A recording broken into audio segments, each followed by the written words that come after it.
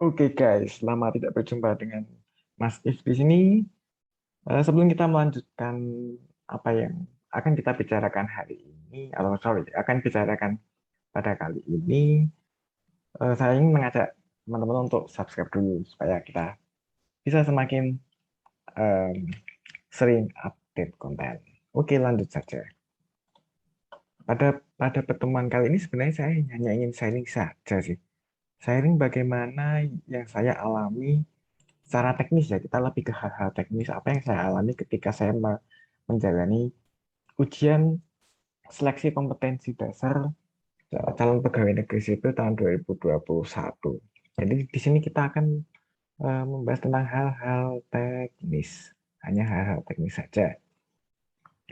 Hal teknis itu seperti apa saja ya, bagaimana saya menjalani step by step ke yang saya alami tentang di dari awal sampai akhir saat ujian itu sendiri. Jadi di sini kita tidak akan sama sekali tidak akan membahas tentang hal-hal non teknis, tidak akan membahas soal, tidak akan membahas field report dan lain-lainnya. Nanti ini suatu saat saya akan membahas yang secara komprehensif, tidak termasuk soal.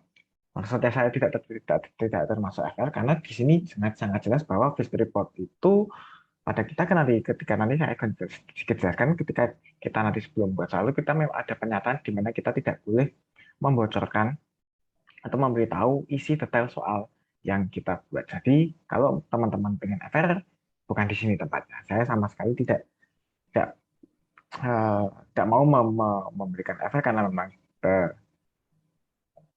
di dalam pengerjaan soal sudah ada pernyataan itu. So dari sini saya akan membantu teman-teman untuk supaya teman-teman yang belum tes atau mungkin tes untuk tahun 2022 dan seterusnya itu memahami kira-kira teknis tesnya itu seperti gimana ya, apa yang teman-teman dihadapi di lapangan itu seperti gimana ya, dari pemeriksaan sampai nanti keluar tes itu bagaimana.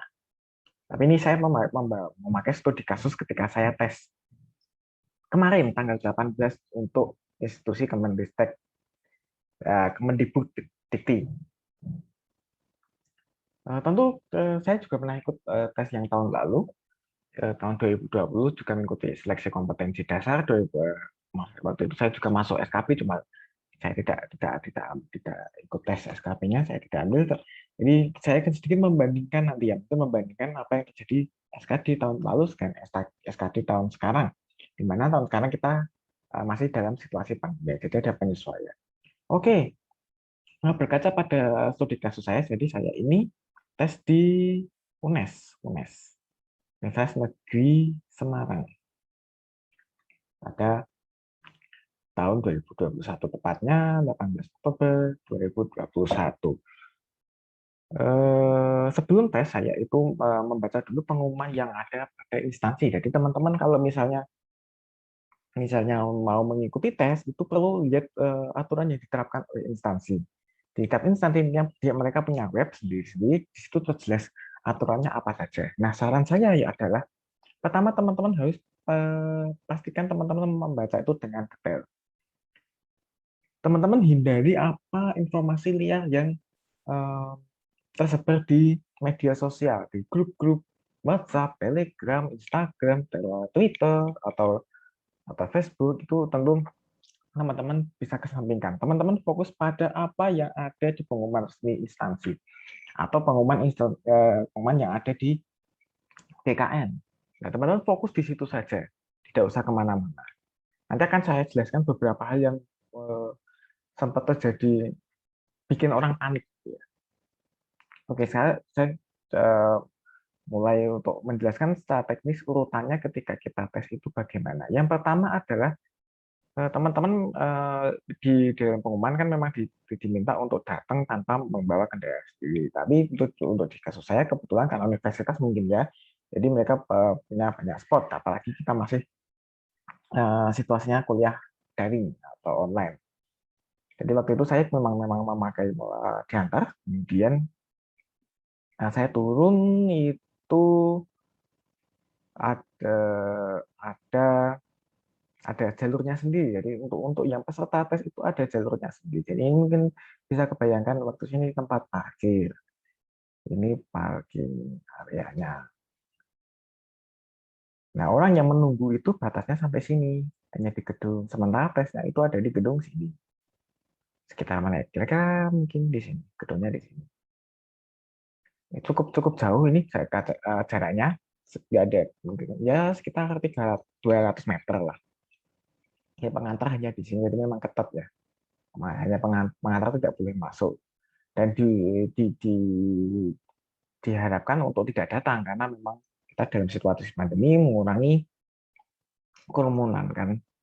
Nah, kita di sini, kita turun. Nah, ini kita ada jalur sendiri masuk ke sini. Itu ada jalur sendiri. Nah, ini tergantung sekali lagi tergantung instansi. Sebelum saya tes sorry, 1,5 minggu sebelum saya tes itu saya ngecek lokasi tes. Tapi waktu itu lokasi tes itu masih dipakai untuk instansi lain. Nah, waktu di instansi lain itu di sini ada seperti kayak apa ya? Kayak aula. Nah, kalau di instansi lain itu kita nanti muter ini, muter baru masuk. Nah, di sini berarti ada gerbang, kemudian kita nanti masuk sini. Nah, kita di situ ada mulai pos penjagaan itu mulai di sini. Nah, dan ini kalau kalau kalau kalau instansi lain itu waktu itu pemerintah Kota Semarang kalau tidak salah eh, peserta diarahkan untuk memutar ke situ. Karena untuk menghindari kerumunan kan. Nah, sementara waktu itu teman-teman Dikbud itu sedikit berbeda karena eh, mereka itu mengumpulkan peserta di di sini. Jadi nanti sebelum sebelum 1 jam, sorry, 2 jam sebelum, 1,5 jam sebelum itu nanti kita dikumpulkan di sini. Nah, tapi 2 jam sebelumnya kita sudah diminta untuk berbaris di sini. Ya boleh duduk kok di sini di petugasnya di sini. Nah, peserta itu berbaris di sini. Tentu dengan jaga jarak.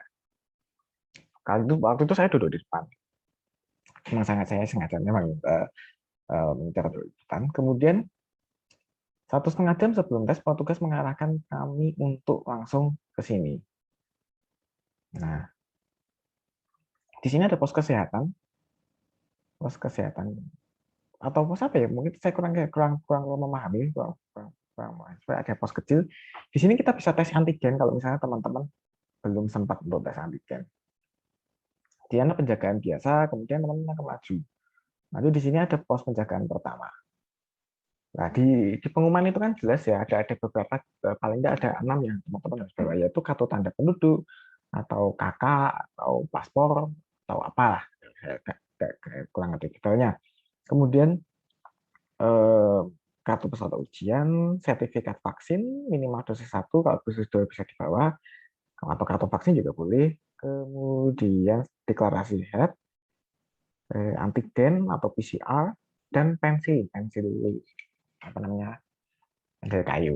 Nah, di sini teman-teman hanya menunjukkan kartu deklarasi sehat, surat deklarasi sehat, kemudian vaksin sama antigen atau PCR.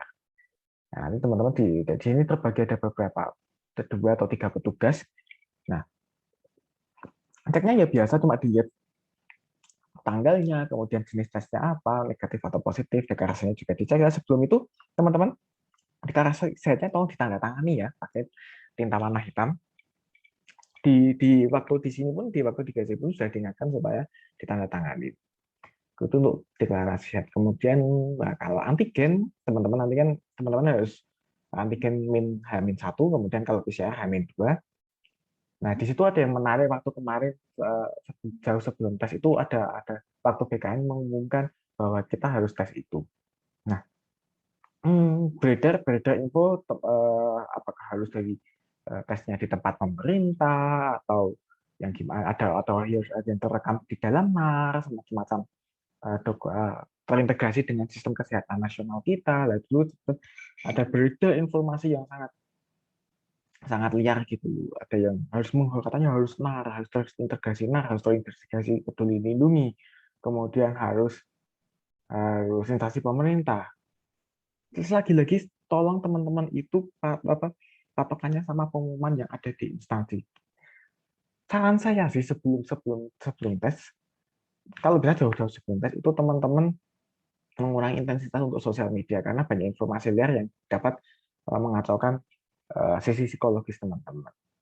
Nah, ternyata waktu saya katanya kan waktu itu ada suatu grup di Telegram sih kalau saya bilang yang harus NAR terintegrasi. Ternyata tidak. Nah, dicek biasa saja. Dan saya yakin pemerintah juga dan panitia tidak akan mempersulit kita. Yang penting kita itu eh, posisinya adalah jujur, kita tes itu bukan yang bukan memakai surat antigen atau PCR palsu itu akan aman. Dan panitia juga tidak mungkin mempersulit kita kok. So, ya kalau saya sih waktu itu logikanya gini aja. Peserta CPNS itu banyak. Bagaimana instansi pemerintah atau hanya laboratorium yang terintegrasi NAR itu menampung semuanya? Kan nggak mungkin. Jadi pasti yang swasta atau yang laboratorium mandiri yang belum terintegrasi NAR ya pasti juga akan tetap diakui dong. Jadi itu ya. Ini teman-teman tidak perlu panik, fokus dengan apa yang ada di pengumuman. Oke, kemudian sertifikat vaksin ya, sertifikat vaksin ya dipastikan saja namanya siapa. Nah, setelah dari sini teman-teman akan di sini berhenti di sini. Ini ada beberapa petugas, saya lupa ada berapa. Di sini nanti teman-teman menunjukkan kartu ujian dan KTP atau identitas teman-teman. Nah, ini untuk diverifikasi, verifikasi tahap pertama ya. Apakah yang benar itu teman yang datang itu teman-teman sendiri, kemudian nanti di sini saya dikasih nomor urut.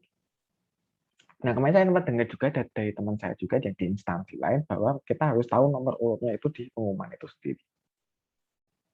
Nah, itu eh, jadi saran saya selanjutnya adalah teman-teman baca pengumuman instansi teman-teman itu mungkin bisa dicatat nomor urutnya berapa, kemudian kalau saya lebih lebih pentingnya adalah kita itu ujian di lantai berapa karena di waktu di Gazebo ini kita dibagi dua adakah yang diuji yang ujian lantai satu atau lantai dua atau lantai tiga. Jadi teman-teman harus tahu ujian di lantai berapa.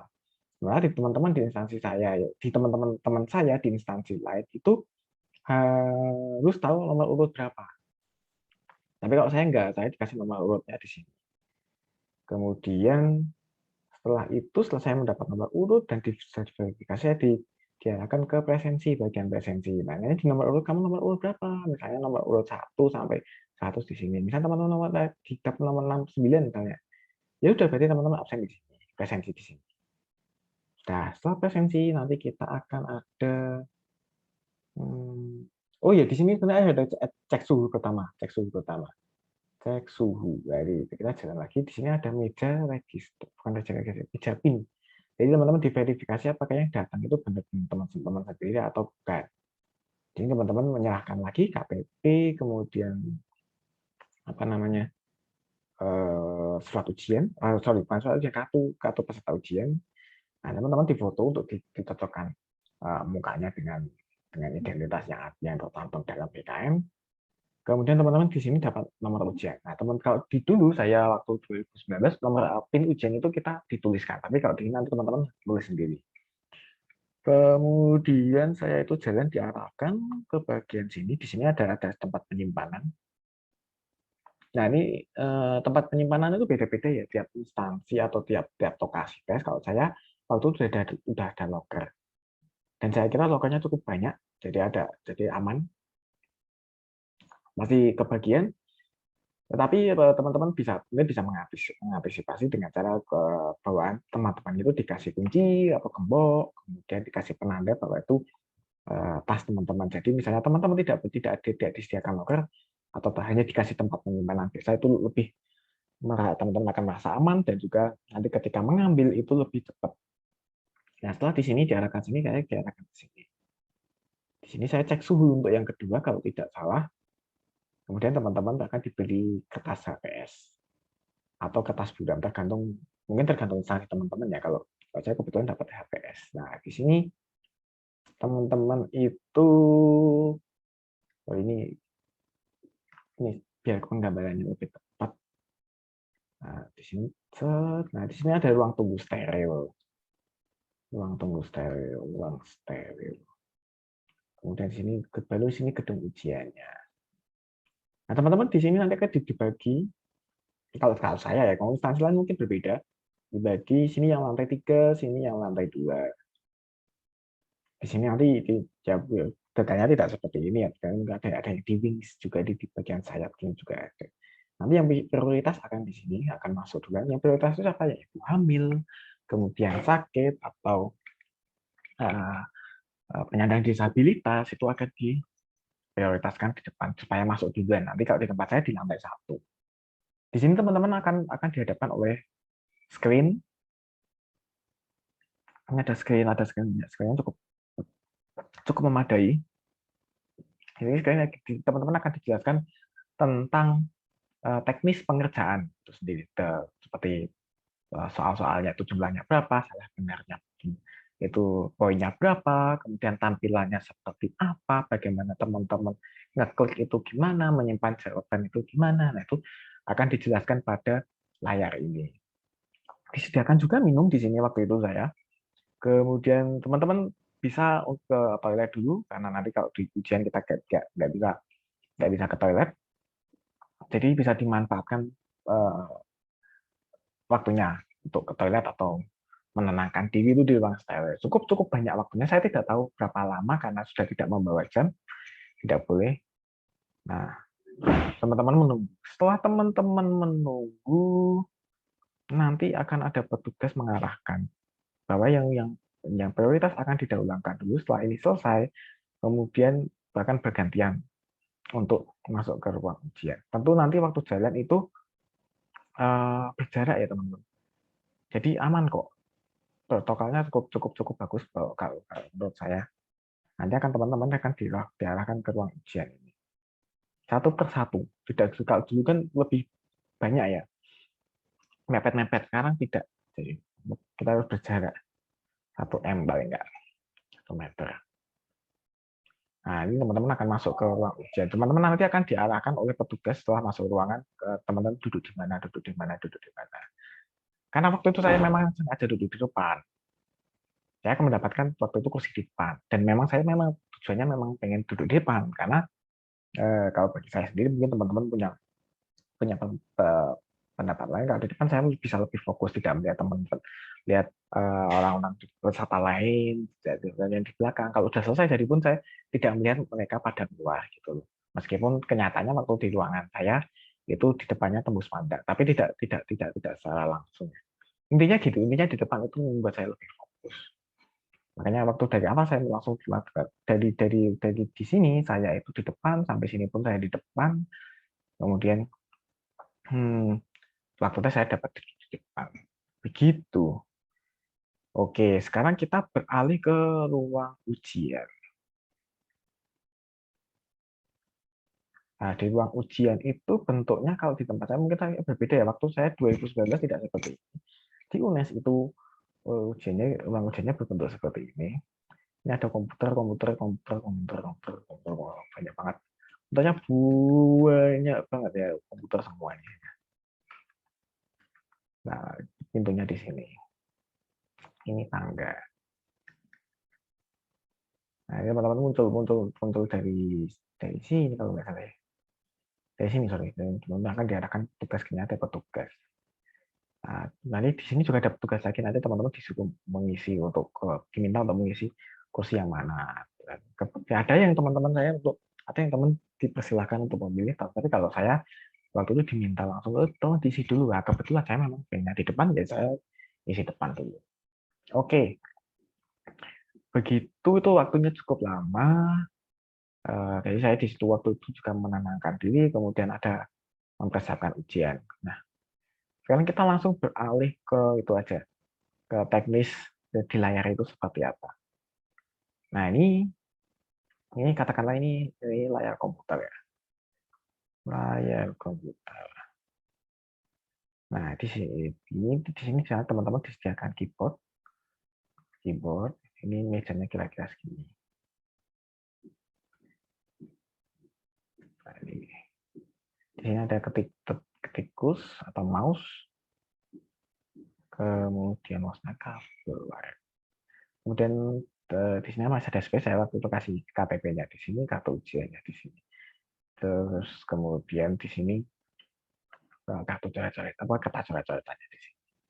Di sini ada keyboard. Nah, di sini nanti layar apa namanya hitam, tapi di sini ada kotak kecil. Nah, kotak kecil ini isinya apa? Kotak kecil ini isinya adalah ini ada lambang PKN di sini seperti daerah. Ini ada kotak, ini isinya NIK, nanti diisi oleh teman-teman. Kemudian ini nomor peserta. Kemudian ini PIN yang didapat teman-teman tadi waktu di awal. Kemudian ini PIN sesi.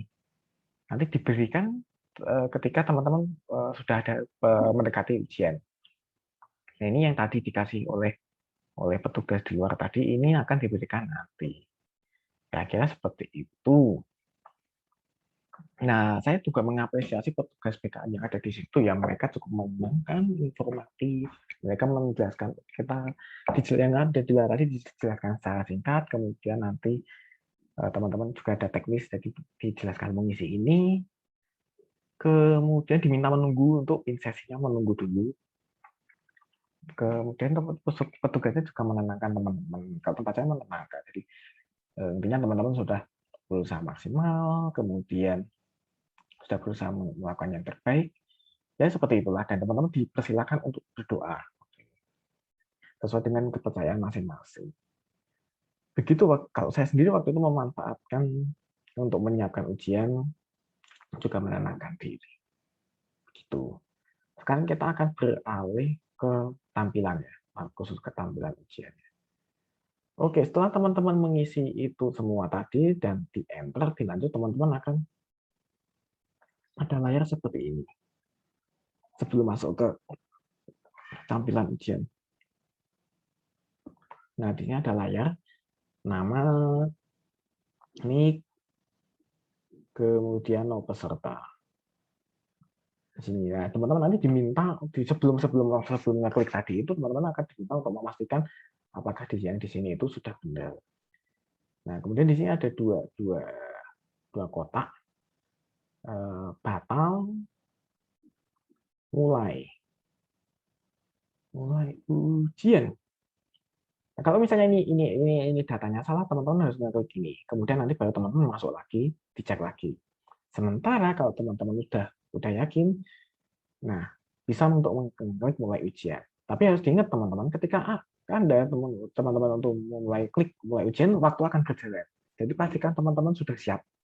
Tapi tidak perlu berlama-lama loh ya, karena waktu sesi itu juga dibatasi. Teman-teman tahu konsekuensi ketika mengklik ini, berarti teman-teman waktu teman-teman sudah mulai berjalan untuk tes itu sendiri. Gitu. Kemudian setelah teman-teman klik mulai ujian, nanti tampilan apa namanya? Tampilan layarnya kira-kira seperti ini. Sangat berbeda dengan tes tahun 2020 itu, sangat berbeda CAP-nya. Kalau teman-teman lihat simulasi CAP BKN Go ID itu kan itu seperti tes tahun lalu, sementara yang 2021 tidak seperti itu. Nah, yang 2021 jadi seperti ini. Di sini ada ini, kemudian di sini tuh ada nomor soal. Nah, ada nomor soal. Ini sampai sini. Sampai 110 soal. Ada banyak ya. Nah, di sini ada nomor 1, nomor 2, nomor 3, 4. Nah, teman-teman misalnya mau ngerjain TIU dulu, ya bisa langsung klik aja nomor 31 di sini. Atau teman-teman mau mengerjakan TKP dulu, ya bisa langsung aja klik nomor 6. Begitu. Nah, kalau soal belum dikerjakan itu warnanya merah. Merah. Sementara kalau teman-teman lagi mengerjakan soal itu, misalnya lagi mengerjakan nomor 6 ya. Nah, nomor 6 ini nanti warnanya adalah oranye. Oranye kekuningan. Sementara kalau teman-teman udah menyimpan jawaban, nanti warnanya hijau. Oke, begitu. Nah, di sini tampilannya di sini ada foto teman-teman. Teman saya yang mengatakan bahwa apa namanya? Kalau jadi gini, waktu kita di awal tadi saya ulangi ini yang di layar komputer itu ya, di sini kan ada tampilan, ada sedikit sinar kecil gitu. Itu webcam teman-teman. Nah, ada webcam. Jadi memang kita diawasi oleh webcam itu juga. Ini inovasi yang bagus menurut saya. Jadi semakin transparan juga. Kemudian saya lanjut kembali lagi ke sini. Jadi ada teman saya yang di bagian sini itu wajahnya dia langsung, maksudnya secara real time dari webcam itu. Tetapi kalau saya sendiri, ini foto saya, hanya foto saya, gitu. Kemudian di sini dibagi, kemudian itu di sini ada bar panjang, guys, cukup banyak. Bar. Nah ini ada di sini menunjukkan persentase sudah berapa soal teman-teman yang sudah buat. Misalnya teman-teman sudah membuat 50, 60, 55, misalnya 55 soal, berarti sini nanti akan menunjukkan 50%. Nah, di sini ada. Kemudian di sini ada waktu. Nah, waktunya itu bukan 90 menit misalnya, tapi tulisannya misalnya 1:30 dan ini detiknya. Nah, itu tadi countdown-nya kayak gitu, bukan hitungan menit tapi hitungannya jam. Begitu. Kemudian di sini nanti ada muncul kisi-kisi, setiap soal ada kisi-kisinya. Misalnya teman-teman lagi membuat soal tentang apa ya, analogi misalnya, ini tulisannya analogi. Ada kisi-kisinya. Kemudian di sini baru lembar soalnya. Di sini ada yang menarik, fitur baru yaitu teman-teman bisa memilih mau tampilan horizontal atau tampilan vertikal jawabannya. Nah di sini tuh kan ada soal ya, soal misalnya. Nah kalau teman-teman memilih secara vertikal nanti akan seperti ini. Sementara kalau teman-teman memilih horizontal, teman-teman itu nanti akan dihadapkan tampilan seperti ini. Ini menurut saya inovasi yang bagus dari Badan Kepegawaian Negara. Jadi untuk soal-soal, ada soal yang memang akan lebih baik kalau itu dilihat secara horizontal, seperti figural misalnya kalau saya pribadi. Itu sangat bagus. Jadi ini, oh ya, ini inovasi yang cukup lumayan buat saya sendiri, saya pribadi. Yang mungkin bisa jadi masukan adalah tulisan soal ini kalau bagi saya pribadi itu terlalu kecil dan panjang banget. Jadi ketika saya membuat itu saya baca soal dari sini sampai sini ya, itu harus sampai kepalanya menoleh. Kalau nggak akan kelihatan gitu. Dan mungkin ini bisa menjadi masukan nanti untuk kedepannya. Nah, kalau lebih baik kalau bagian ini tuh lebih digunakan untuk fitur lain atau bagaimana. Jadi nanti kita lebih fokus untuk melihat ke depan langsung. Itu yang mungkin sedikit yang selain soal tentunya itu yang di luar ekspektasi saya. Begitu ya teman-teman. Kalau teman-teman mau mengerjakan PIU langsung ke nomor 31, kalau mau mengerjakan TKP langsung nomor 66. Begitu nomor 1. Kemudian apa lagi ya?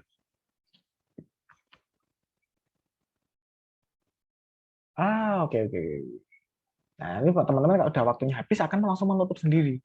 Tapi namanya kalau teman-teman misalnya udah 100%, sudah terjawab semua, itu teman-teman mau mengakhiri juga bisa. Nanti di situ ada di sini sih tepatnya di sini di bagian sini ada pernyataan. Ini pernyataan apakah teman-teman itu yakin, batal,